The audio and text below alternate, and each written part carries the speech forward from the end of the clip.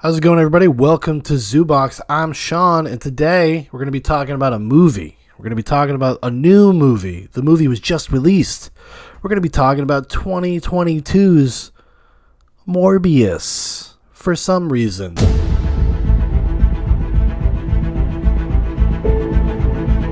I should have died years ago. Why am I still here if not to fix this? I have a rare blood disease, and I'm running out of time. This could be my last chance. You're up to something. What is it? It's not exactly legal. I want to see you get hurt more than you already have. This would be a cure.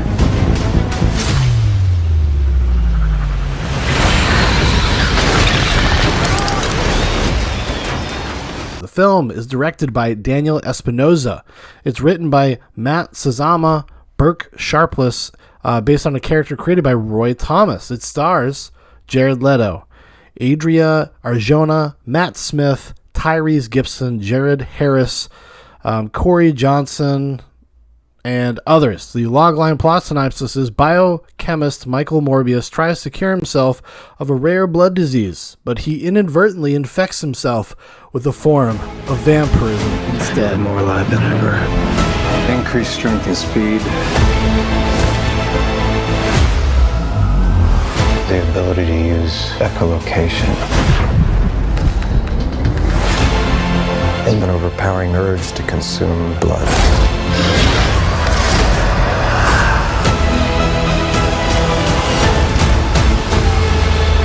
How far are we allowed to go?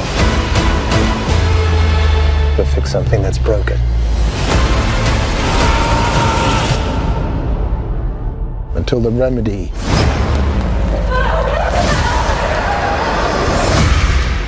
is worse than the disease.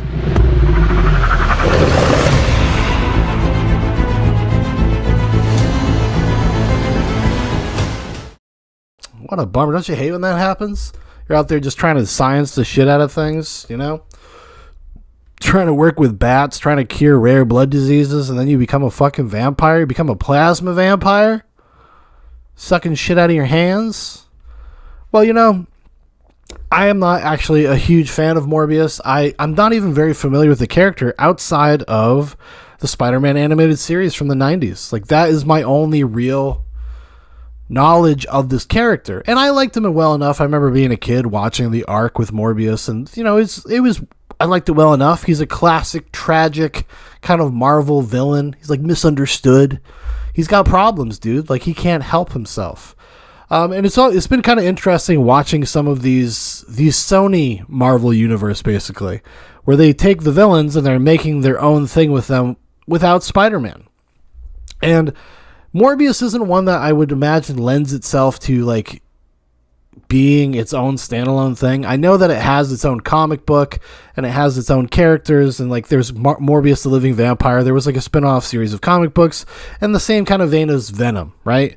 Venom starts as a Spider-Man thing, then has his own kind of life outside of that where he becomes kind of an anti-hero. I think Morbius has a very similar kind of track. But that's really all I knew about it. So I went into this movie not knowing much at all. I also went into the movie knowing that a lot of people didn't like it. I don't even know why I ended up seeing it or watching it, because I guess I was just really bored. Just like kind of boredom got the best of me, and I've been just dying to go see a movie. We're living in this kind of this dry spell right now. There's nothing really coming out except for April. April is kind of when in earnest, like, things are going to start coming out. Like, there's a couple cool movies coming out like this. The one I'm most excited for is The Northman. That's the one I'm really, really stoked for. So I hope I get a chance to go see that one as well.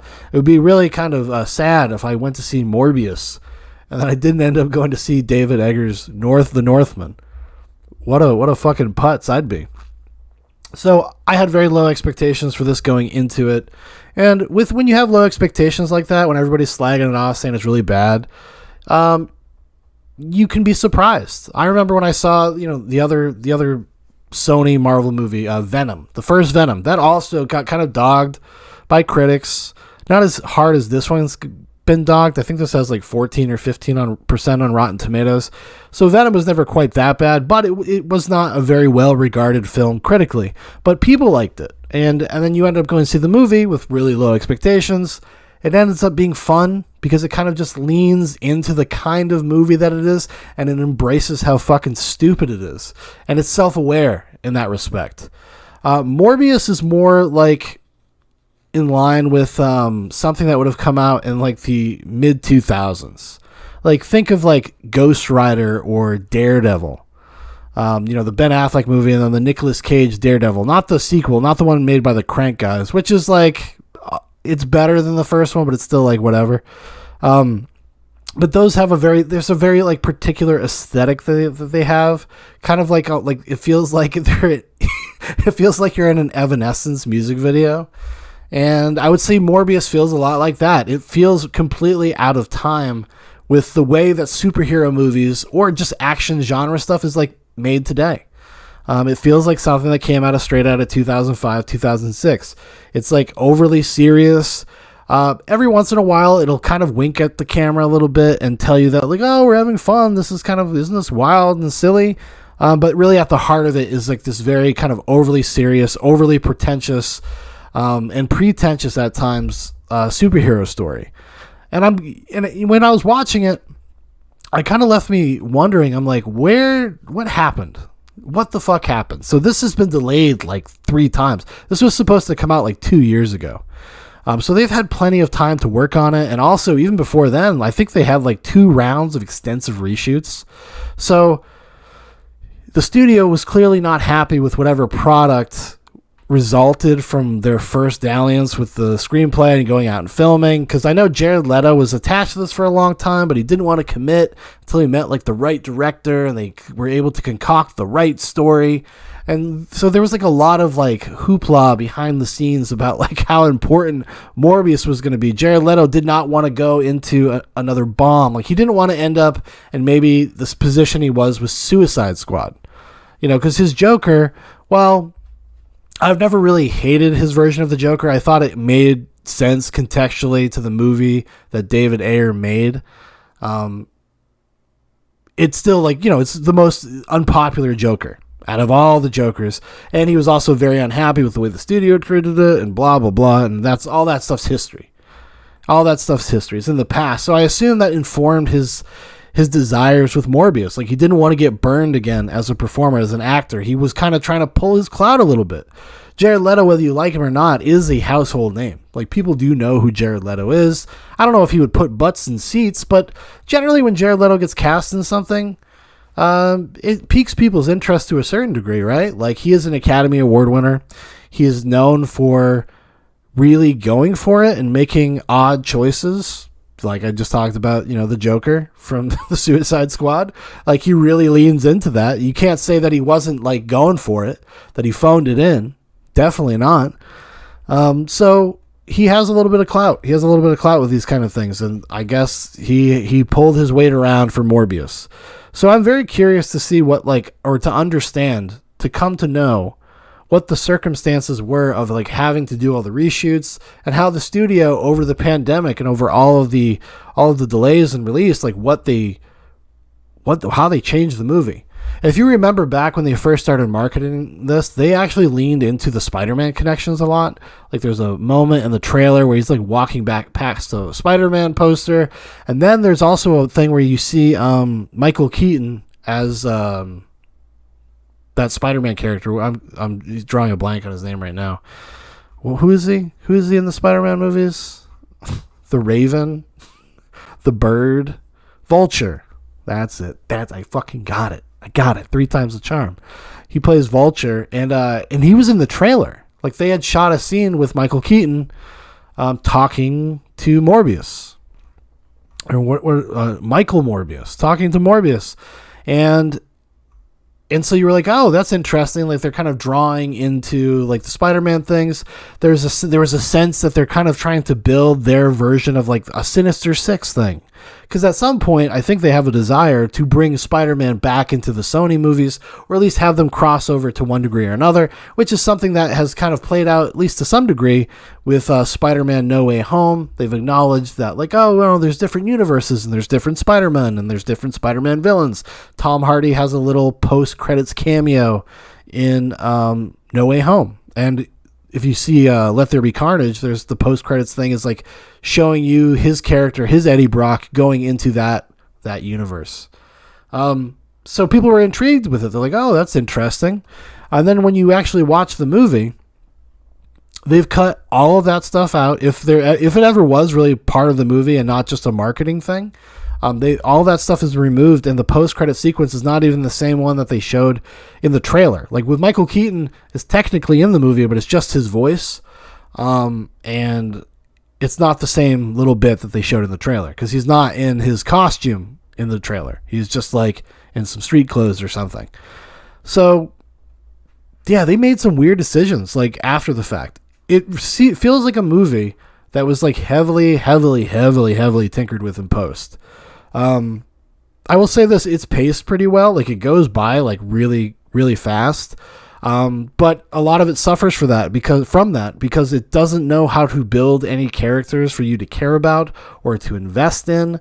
Nothing about it is very memorable. The set pieces are completely forgettable, and completely underwhelming. I didn't think the special effects were like awful, but they were not like, to the level that you're probably accustomed to when you go see like a Marvel movie. And even though those are often criticized for being cheap looking, this was very cheap looking. Like I said, it really does feel like a movie from 2005. And there's no way for me to really get around that. That's just what it feels like. And not a particularly good one either.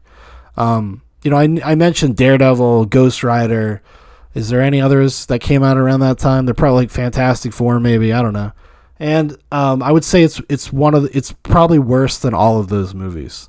And it's just because there's just no hook. There's no good hook. There's no good hook for a story. You don't care about the characters. You're just kind of told that you should care about them, but they're very uncharismatic. There isn't much chemistry between the cast as well. I wouldn't say anybody in particular is bad. Like Jared Leto is fine. He's delivering a performance that you would imagine somebody in a movie like this would deliver. But the chemistry between the cast, and especially with the Matt Smith character, like you're really supposed to feel, it's like brother versus brother. You're really supposed to feel some kind of pull there, and you don't. And also, it doesn't really make a good case for him even being a villain, period. Because like I said, there's a post-credit sequence where basically Vulture just kind of flies in and is like, I wanted to talk to you. I think we should work together because of Spider-Man. And Morbius is like, yeah, I think we should. Even though there was nothing leading up to it that would lead you to believe that Morbius would be that kind of person. In fact, the entire movie is about Morbius kind of fighting against needing to drink human blood. That's the entire movie. That's the entire thrust of his character. That's pretty much all that he does, really, honestly. It's just try not to drink blood. And succumbing to the notion that he doesn't know if he's going to be able to create some sort of synthetic blood to take the place of real blood, and he can feel himself getting weaker. It's like it's not that interesting, and it's very predictable. Like the whole movie is super predictable. Was there anything I liked about the movie? I will say this: good pace, under 2 hours. Under 2 hours. I fucking like a hot 90-minute movie. Okay, I'm a 35-year-old married man with 1.75 children. Time is precious, especially for garbage like this. And I thought the design, the creature design, Morbius himself, the way Morbius looked, it looks exactly like the comic book character from what I recall, and I thought it looked really good. It looks really good in the moment, and I was impressed by that. I wish it was in a better movie. I wish it was in service of a better story. There are things here that I think could work, and I feel like there's a movie in here that was just cut down to its barest essentials. So much so that it feels a little disjointed and incoherent at times, especially when it comes to character stuff and the character building stuff. There are clearly scenes and parts of like probably subplots that are just completely removed from the movie, which makes it a little difficult to make the leaps that they want you to emotionally. So if I were to suggest something, I would say probably skip Morbius. I know you already are. Nobody's going to go see fucking Morbius. I don't even know why I saw Morbius, to be honest with you. I just was really bored. I had extra time to kill. I was super bored. I wanted to watch something in a movie theater. It's like really the only thing that I hadn't seen up to this point, and it was under 2 hours. So I was like, here we go. Ticket sold. I'm in. But yeah, I can't recommend it. I cannot recommend it to anybody. Save your money. Stay home. Just watch. You can watch that new Spider-Man movie, which I also don't love, but it's way better than Morbius. It's way better than Morbius. It's got that going for it. Hell, watch one of the Venom movies. The Venom movies kind of understands like this kind of movie and just kind of gets it right. Because it just embraces what it is. It embraces the silliness, the goofiness. It's not trying to be something that it's not. And that's why they work. Because they're not actually good. But they work. And everybody in the movie commits to it. Like, those movies stand on Tom Hardy's shoulders and his crazy gonzo performance. And that's why, and it's able to do that. He is strong enough to hold the whole thing up. Not so much in Morbius.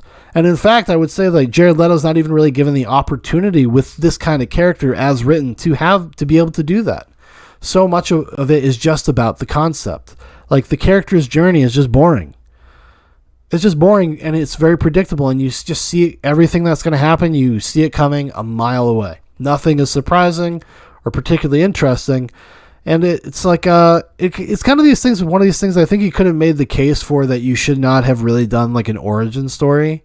Like, you could have maybe did like an origin in the first 10 minutes and then just skipped to like 5 years later and have him as Morbius doing something, going on some sort of adventure or whatever. It probably could have used that. It gets really bogged down in the origin stuff, which, like I said, is just not that. It's just not that interesting. It's just not.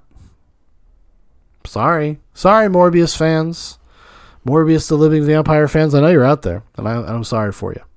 But yeah, I think that's going to do it for me today. Thank you for watching. Thank you for listening. If you'd like to know more about Zoobox, there's a bunch of links in the description. Facebook, Instagram, TikTok, Reddit. Go sign up at our Reddit. We're trying to get people over there to engage over there. A lot of fun over there. And also, if you are into buying things like Delta 8, Delta 9, or Delta 10, I am part of an affiliate program for a new sponsor that we're going to be doing some reviews of their products in the near future called Serene Tree. And if you go to serenetree.com and you click the affiliate link in the description and use the coupon code ZOOBOX, you get 20% off. And then I get a little kickback from you doing that. So much appreciated if you can. And we'll talk to you next time. Adios. Goodbye.